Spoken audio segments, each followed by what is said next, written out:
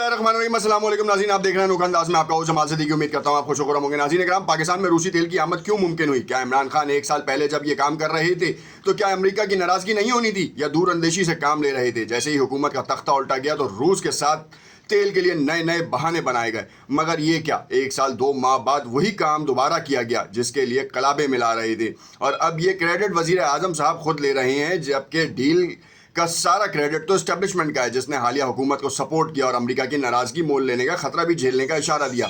अब ये हुकूमती नुमाइंदे इस काम को अपनी कामयाबी करार दे रहे हैं और बड़े बड़े दावे भी कर रहे हैं। कल एक और बड़ा काम हुआ जो कि बहुत ही ज़्यादा तशवीशनाक है। वो ये है कि करारदाद मंजूर हुई है और दूसरी जानिब सिंध को एक बड़ा ख़तरा जो है वो मोल लेने की अभी इस वक्त जो है वो कहानी हो रही है कि एक जो समंदर में बनने वाला तूफ़ान है वो बहुत ही ज़्यादा ख़तरनाक सूरत हाल इख्तियार कर गया है। कराची के साहिल से तकरीबन 550 किलोमीटर दूर ये तूफ़ान जो है वो एक बहुत ज़्यादा ख़तरनाक सूरत हाल की तरफ जा रहा है। ठट्टा बदीन केटी बंदर के तमाम अजलाओं को, तमाम जो करीबी एरियाज़ हैं, जो साहिली पट्टी है, उसको खाली करा लिया गया है और जो फ़ौजी बैरकों से बाकायदा दस्ते निकल के इमदाद के लिए, मदद के लिए वो पहुँच चुके हैं जगहों के ऊपर। और कल रात में इसी हवाले से एक हंगामी कॉन्फ्रेंस भी की गई और जिसके कुछ जो पॉइंट्स हैं वो भी आपके सामने रखेंगे। मगर उससे पहले आपको सियासत के चंद रहनुमा असूल बताते चलें कि इस वक्त सियासत में जो है वो कहानी कहीं और जा रही है, यू टर्न की तरफ जा रही है। और कुछ बड़ी खबरें हैं जो कि मुसद्दिका इतलात पर मबनी है। ज़बान पार्क में एक अहम मीटिंग, एक अहम बैठक भी हुई है और उससे पहले इमरान खान ने जो अदालत के में पेशी के दौरान जो है वो सहाफ़ियों से गुफ्तगू की और उस गुफ्तगू में जो है उन्होंने कहा कि मैं ज़ाती बुनियाद के ऊपर किसी के साथ जो है इक़्तिदार में अगर मैं आया तो किसी से बदला नहीं लूँगा। वो क्या इशारा दे रहे थे, किसको कह रहे थे, ये तो अब आपको तफसील से बताएंगे। उससे पहले आपको ये भी बताते चलें कि इस वक्त बाकायदा तौर पर इस्तेहकाम पाकिस्तान के मुशीरों का, अहदेदारान का इंतखाब हो चुका है। सदर जो हैं वो अलीम ख़ान को मुंतखब किया गया है और आमिर कयानी जो कि पाकिस्तान तहरीक इंसाफ में ख़ास रुतबा रखते थे, ओहदा रखते थे, और उनके बारे में कहा जा रहा था कि वो PTI नहीं छोड़ेंगे, मगर वक्त ने साबित किया कि थोड़ी सी ही मार ने जो है वो PTI से भगा दिया उनको। और अब जो है वो इस्तेहकाम पाकिस्तान में उनकी शमूलियत थी, सियासत से किनारा कशी इख्तियार करने की बातें कर रहे थे।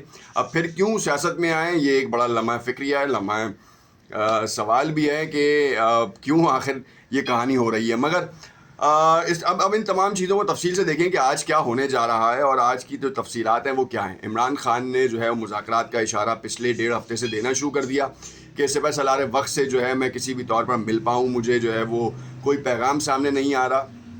मैं आपको बताता चलूँ कि तारीख़ थोड़ा सा देखनी पड़ेगी हमें।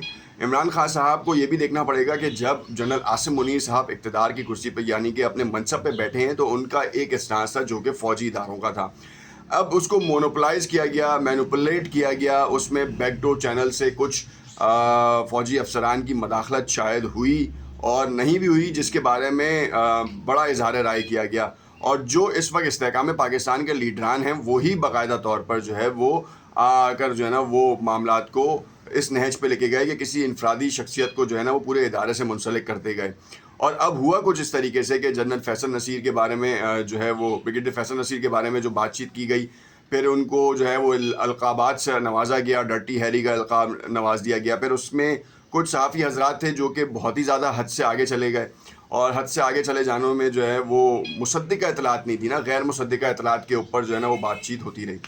अब फिर उसके बाद 9 मई का सानिया हुआ। 9 मई के साने में जो कहानी सामने आई है आपके सामने है। कल करारदाद भी जो मंजूर हुई है उसमें भी उन्होंने कहा है कि हम 9 मई के लोगों का आर्मी एक्ट में जो है वो मुकदमा चलाने की जो है वो करारदाद पेश करते हैं और वो करारदाद मंजूर भी हो गई है और तकरीबन 16 या 20 के करीब जो हैं वो इस वक्त जो हैं वो आर्मी एक्ट में मुकदमे चलने का भी इशारा दे दिया गया और चल भी रहे हैं शायद वो।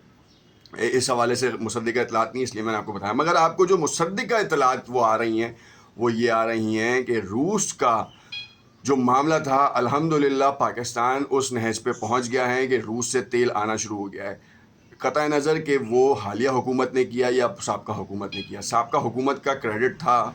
ये बिल्कुल वही बात है कि एटम बम के लिए जो है डॉक्टर कदीर ख़ान मरहूम और जुल्फ़िकार अली भुट्टो मरहूम ने जो है वो अपनी एफ़र्ट्स की। डॉक्टर कदीर आए, जुल्फ़िकार अली भुट्टो ने जो है ना वो एक अलग ही स्टांस लिया, एक बड़ा स्टेप लिया उस वक्त जब कोई भी नहीं सोच सकता था एटम बम बनाने का। اور اس وقت جو ہے پاکستان کو ایٹمی قوت کے طور پہ جو ہے نا وہ ڈاکٹر عبدالقدیر کو جو ہے نا انہوں نے باقاعدہ طور پر فیسیلیٹیٹ کیا. اب جب دھماکے کرنے کی باری آئی تو نواز شریف صاحب کے پاس تھی وہ کہانی. نواز شریف صاحب جو ہے وہ اکتا رہے تھے, چیزوں کو ہٹ رہے تھے, پیچھے ہٹ رہے تھے. پھر اس کے بعد فوج کا پریشر, عوام کا پریشر جب آیا تو انہوں نے نہ چاہتے ہوئے بھی وہ چاغی میں دھماکے کر دیے. اب وہ چاغی میں دھماکے کرنے کے بعد جو ہے اب وہ کریڈٹ پورا اپنے پاس لے جا رہے تھے. یہ پہلی بار ایسا ہوا ہے پچھلے سال کہ انہوں نے, کیونکہ مشترکہ حکومت ہے, تو جب 28 مئی کو جو ہے وہ باقاعدہ طور پر پریس ریلیزز یا پھر جو ہے وہ اشتہارات بانٹے گئے اخبارات کو, ٹی وی چینلز کو, تو اس میں بھٹو کا ایک سائڈ رول لے لیا گیا. یہ نہیں بتایا گیا کہ بھٹو نے جو ہے وہ کس طریقے سے جو ہے پوری دنیا سے لڑ کر پاکستان میں ایٹمی طاقت بنانے کے لیے جو ہے وہ کتنی مشکلات کا جو ہے نا وہ کام کیا.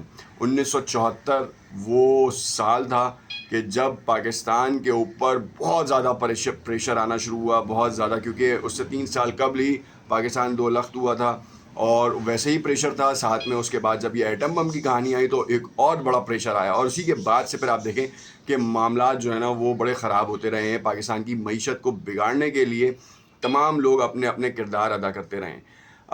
یہ کردار تو ادا کرتے رہے. اب یہ سین یہ ہے کہ اب 1,00,000 بیرل جو ہے وہ روس سے باقاعدہ طور پر منتھ وہ لیا جائے گا. کہا یہ جا رہا ہے پاکستان کی جو ایک اپروکس کھپت ہے وہ 5,00,000 بیرل ہے. 1,00,000 بیرل 1/5 کا جو ریشو ہے وہ اگر روس سے آ جاتا ہے اور ایک بڑا اچھا ڈسکاؤنٹڈ پرائس کے اوپر ملتا ہے تو اس کے اثرات جو ہیں وہ جولائی سے نمودار ہونا شروع ہوں گے. اب معیشت کہیں نہ کہیں تھوڑی سٹیبل ہوگی. ڈالر بھی جو ہے وہ 250 روپے تک آنے کی امید ہے, مگر جو مافیاز ہیں اب بھی وہ اتنے زیادہ سٹیبل ہیں کہ وہ یہ دیکھ رہے ہیں کہ ڈالر کو 400 روپے کیسے پہنچایا جائے, اور اسی 400 روپے پہنچانے کے چکر میں جو ہے نا وہ آگے کام کیا جا رہا ہے, اسٹیبلٹی کو توڑا جا رہا ہے, الیکشنز والے معاملے کو آگے بڑھایا جا رہا ہے. حالانکہ اس وقت حکومت نے 42 ارب روپے بجٹ میں رکھ دیے ہیں, اور اب جو کہا یہ جا رہا ہے, جو اصل خبر ہے وہ یہ ہے کہ 10 سے 15 دن کہے جا رہے ہیں بقرعید کے فوراً بعد جو ہے نا یہ پی ڈی ایم کی حکومت کی جماعتیں جو ہے نا وہ علیحدہ ہونا شروع ہو جائیں گی. حکومت چلتی رہے گی, 12 اگست تک کی مدت پوری کی جائے گی, مگر عمران خان کو پیک کیا جائے گا, اور دوسری جانب جو ہے وہ الیکشن کے لیے جو ہے نا وہ الگ الگ سمتوں میں جانا شروع ہوں گے. ہاں یہ ضرور ہے کہ کچھ علاقوں میں جو ہے نا پی ڈی ایم کی ان جماعتوں کے درمیان جو ہے وہ سیٹ ایڈجسٹمنٹ ہو سکے, مگر اتنی بڑی تعداد میں نہیں ہے. نون لیگ کے ساتھ جو ہے وہ استحکام پاکستان کے جو عہدیداران ہیں ان کے ساتھ جو ہے سیٹ ایڈجسٹمنٹ ہوگی, اور استحکام پاکستان کو آٹومیٹکلی ایک نمبر مل سکتا ہے, مگر وہ سارا سینیریو لندن کے ذریعے سے چلتا آ رہا ہے. یہ تمام چیزیں لندن پلان کا حصہ ہیں. اس پلان کے کون سے پوائنٹس ہیں, کون سے فیزز ہیں, وہ بھی ہم آپ کو بتائیں گے نیکسٹ ویڈیو میں. رات میں وہ ویڈیو نشر ہوگی, ضرور دیکھیے گا, کیونکہ کانسیکوینسز جو آ رہے ہیں وہ اس وقت اب معاملات بڑی الگ نہج پہ پہنچ چکے ہیں. عمران خان کو پیک کیا جائے گا, بالکل کیا جائے گا, کیونکہ اب کارکنان کو جو ہے وہ آرمی ایکٹ میں جب مقدمات کا سامنا کرنا پڑے گا تو پھر لیڈر کو بھی کرنا پڑے گا, اور جب لیڈر کو کرنا پڑے گا تو پھر پارٹی کا کیا اسٹانس رہتا ہے. اور الیکشن میں ڈینٹ تو پڑا ہے, پی ٹی آئی کو ڈینٹ تو پڑا ہے, اور سندھ کی کہانی بھی جو ہے وہ بڑی خطرناک صورتحال اختیار کر گئی ہے. جنرل سیکرٹری عہدے سے مستعفی ہو گئے ہیں حلیم عادل شیخ سے, جو ہے اختلافات کی باعث. سندھ میں ویسے بھی پی ٹی آئی جو ہے نا وہ پنپ نہیں پا رہی تھی, کیونکہ اتنے دھڑے بن چکے تھے. اب استحکام پاکستان میں وہ دھڑے چلے گئے ہیں, تو کیا وہ دوبارہ ان کے ساتھ جو ہے نا وہ معاملات ویسے ہی رہیں گے, یا پھر یہاں پہ کچھ اور نیا گیم کھیلا جائے گا. دیکھتے رہیے گا انوکھا انداز. کمنٹ کی رائے سے ضرور آگاہ کیجیے گا. شکریہ.